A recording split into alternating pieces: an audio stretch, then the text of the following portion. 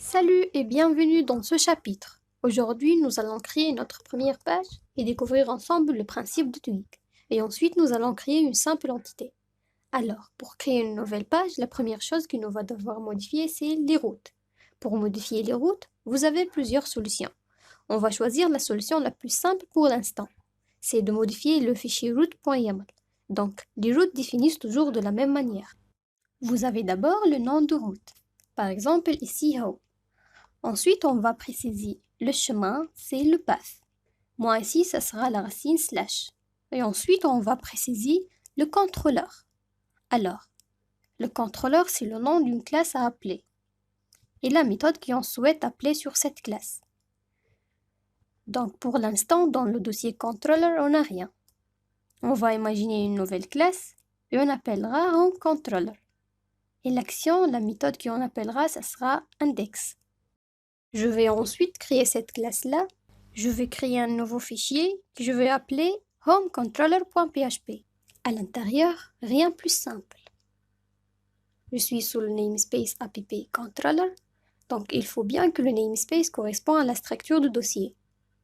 Je veux créer ma classe homeController. Classe homeController extends abstractController. AbstractController, c'est une classe particulière. Si on regarde à l'intérieur, c'est une classe qui se voit injecter directement le container, l'objet qui contient tous les services de framework, et pour l'utiliser à volonté.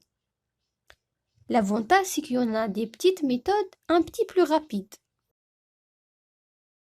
Cette classe, elle va avoir une méthode publique, qui sera la méthode index, qui permettra d'afficher la page d'accueil.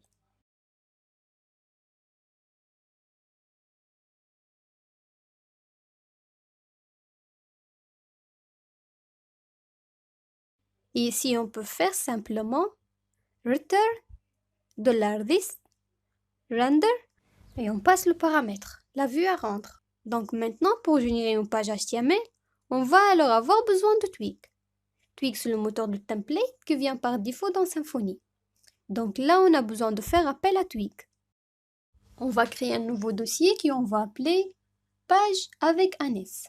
Et à l'intérieur de ce dossier-là, on va créer un fichier qu'on va appeler how.html.twig. À l'intérieur, on mettra un petit H1. Bonjour. C'est juste pour l'essai.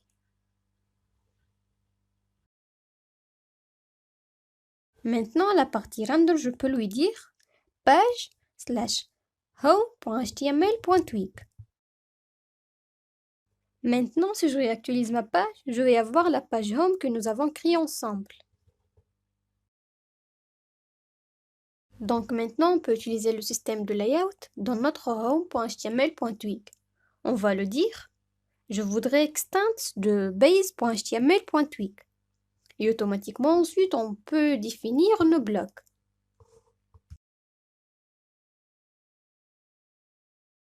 Si je vais dans le base.html.twig, on voit que le body doit être dans un bloc body. Juste après, je crée un bloc qui va s'appeler body. Et à l'intérieur, je mets mon achat. Et après, je ferme mon bloc.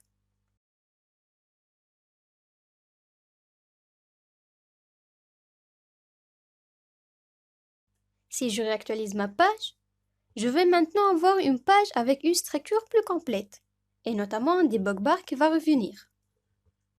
Alors, maintenant, nous allons attaquer la partie interaction avec la base de données.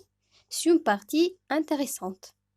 Donc, pour rappel, dans le fichier .env, vous avez configuré notre base de données et on avait spécifié que le login, c'était root et surtout le nom de notre base de données.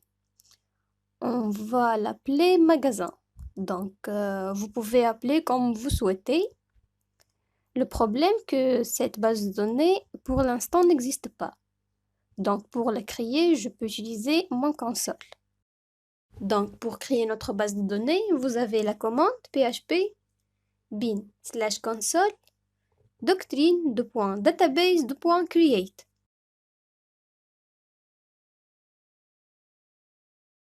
Automatiquement, ma base de données magasin a bien été créée. Donc, on va avoir besoin à l'intérieur de cette base de données de créer notre première structure pour sauvegarder les différents produits.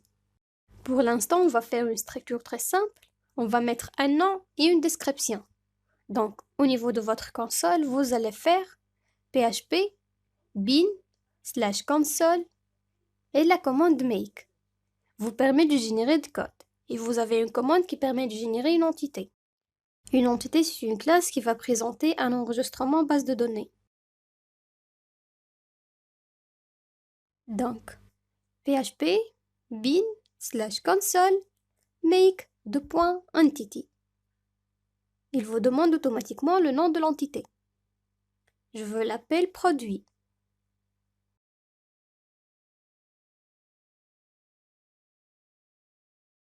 Automatiquement, il va créer un fichier qui s'appelle produit.php et un fichier qui s'appelle produit repository.php.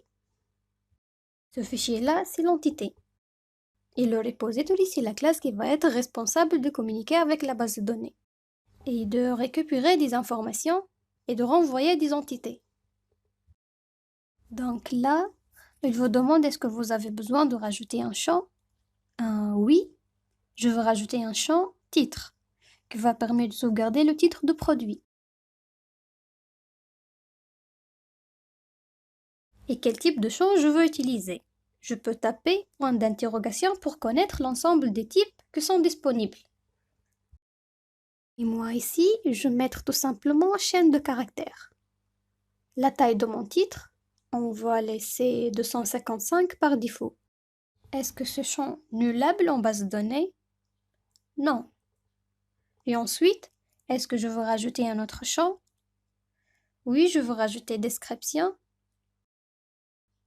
Je peux mettre type texte. Ensuite, est-ce que ce champ est nullable? Oui, on peut avoir des produits sans description. Bien, et pour l'instant, on s'arrête là. Donc, automatiquement, il va générer les deux fichiers. Dans mon dossier SRC, dans le namespace entité, j'ai mon fichier produit.php avec les différentes propriétés. Et automatiquement, le framework va créer des getters et des setters. Si on regarde notre repository, dans le namespace repository, voilà, on a juste un constructeur, mais on n'a aucune méthode. En fait, le repository va permettre de créer des requêtes SQL. Et voilà pour aujourd'hui, on s'arrête là. Je vous donne un rendez-vous dans le deuxième chapitre où on va voir ensemble comment créer des formulaires et comment mettre en place l'interface d'administration.